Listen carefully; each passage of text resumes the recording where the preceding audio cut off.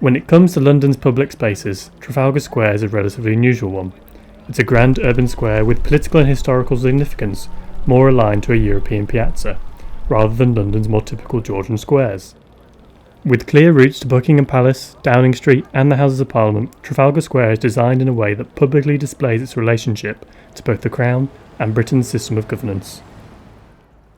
In 2017, Afua Hirsch's Guardian article caused a frenzy as she provocatively suggested that after a wave of Confederate monuments were toppled in the United States, that her very own Nelson's Column in Trafalgar Square should be destined for a similar fate. For Britain, a nation with issues around historical amnesia, this was a challenge right to the core of the nation's identity. Admiral Lord Nelson was, after all, voted the 9th greatest Briton of all time in 2002, behind figures such as Winston Churchill and Princess Diana. Hirsch's follow-up documentary, The Battle for Britain's Heroes, took a more subdued approach to deconstructing Lord Nelson's complex history. Rather than dismantling the column, she projected imagery to reveal Nelson's direct and little-known relationship to slavery. This intervention was subtle and temporary. However, the discussions that have emerged from this small act are often emotionally charged, placing those fearful of the erasure of British culture against those who want a more holistic discussion of Britain's history.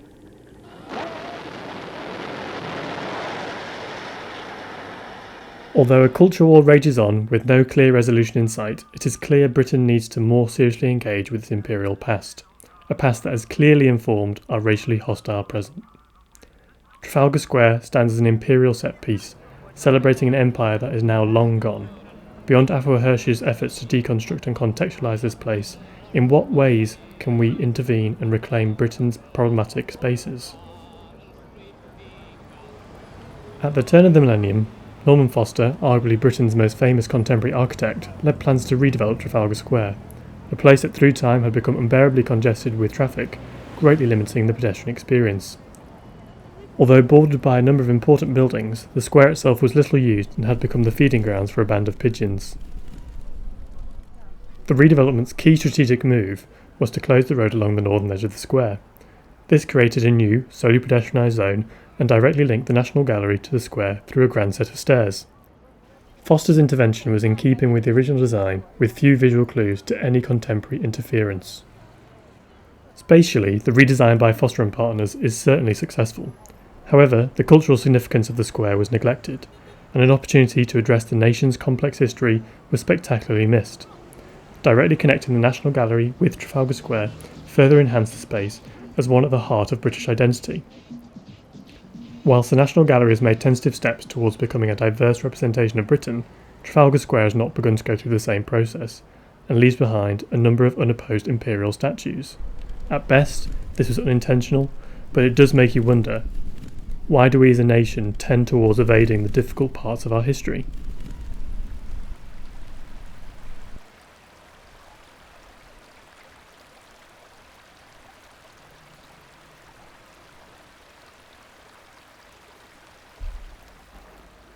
The square is named to commemorate the 1805 Battle of Trafalgar, with Nelson's Column celebrating both Admiral Lord Nelson's victory and his death at the Cape of Trafalgar.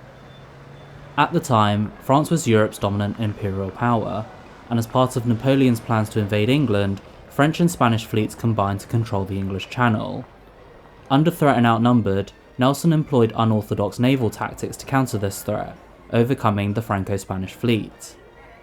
Nelson was killed in the battle, however his victory has been hailed as Britain's greatest naval triumph, with the Royal Navy going on to dominate the seas.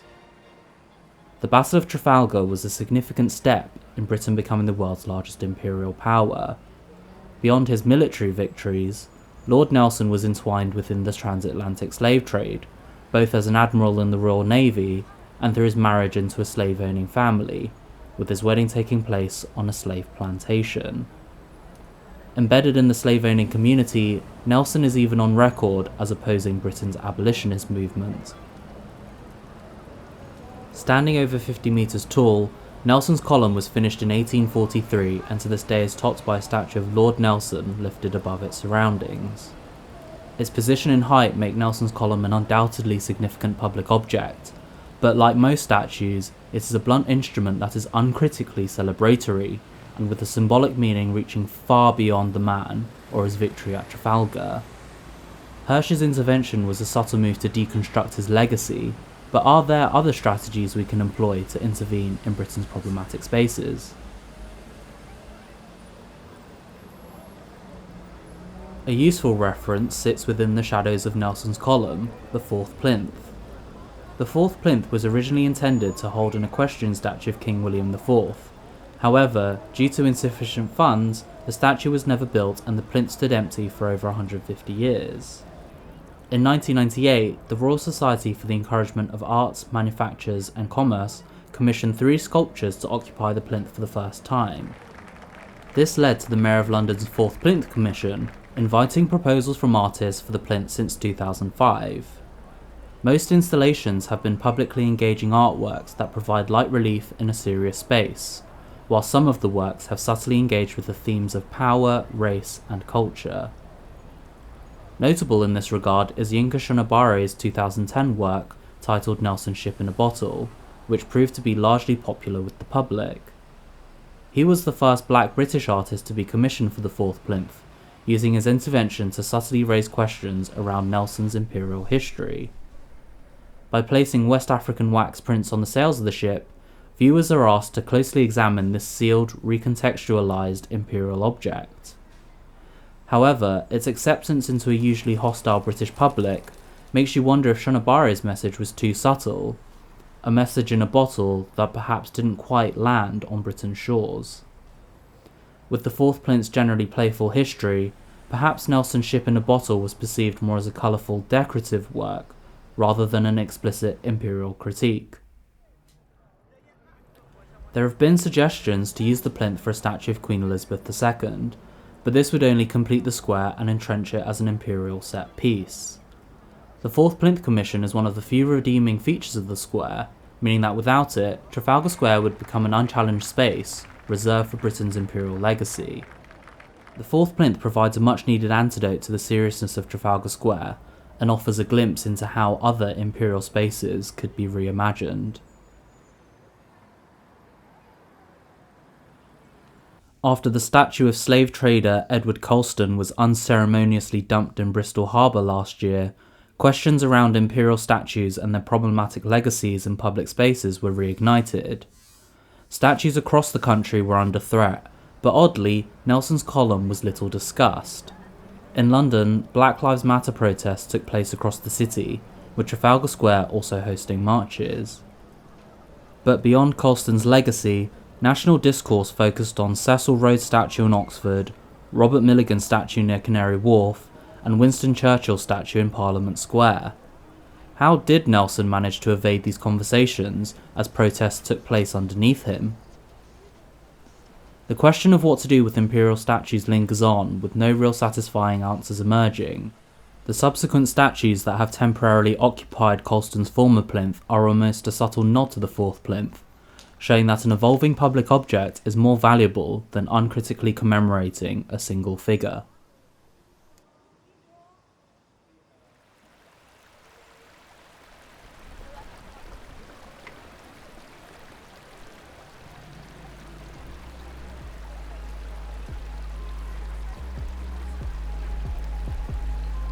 Predominantly shot in Trafalgar Square, Frisco's music video for grime hit Red Card was released late last year. This is a departure from grime's typically raw approach, which often uses post-war housing estates to form their backdrops. Frisco, along with Boy Best Known members Skepta, Jammer, Jamie and Shorty, are veterans of their craft, regularly challenging audiences with their videos. Trafalgar Square is mostly used as a veneer in this video, using the visual opulence of the fountains and the National Gallery lit up at night to illustrate their newfound position in British culture. None of the imperial statues are shown, the artists are front and centre. This punk-like disregard for Britain's imperial history in the space was a powerful way to show that they, if at least temporarily, reclaimed Trafalgar Square as their own. With the resurgence of grime into the mainstream after Skepta's Mercury Prize win in 2016, BBK have been instrumental in proving that black British music is one of the most vibrant parts of Britain's national identity. A new generation has taken over from Skepta and BBK, placing genres such as grime, drill and UK hip-hop at the centre of a new, more diverse image of Britain. Who knows why they chose Trafalgar Square for this video? but this choice highlights their journey from an underground music scene in the early 2000s to the centre of contemporary British culture. Largely absent from the video is Nelson's column, with the fountains the key signifier that they are in Trafalgar Square. Rather than reaching for Nelson's lofty heights, the video is shot at eye level with artists, giving them prominence over the square's imperial objects. They only interact with a telephone and postbox. Essentially now defunct and only used by Instagramming tourists, the telephone and postbox are nostalgic symbols of a Britain that no longer exists. Jamie reappropriates a postbox, casually sitting on top of it, showing its limited relevance. For the only time in the video, one of the artists is lifted above our eye level. We look up to Jamie, just as we are forced to with his irrelevant statues. Jamie explains Grimes' role in his journey to financial independence, and as we look up to him, I wonder, why do we value statues of dead white men we don't even know, more than living people today that are expanding our ideas of British identity?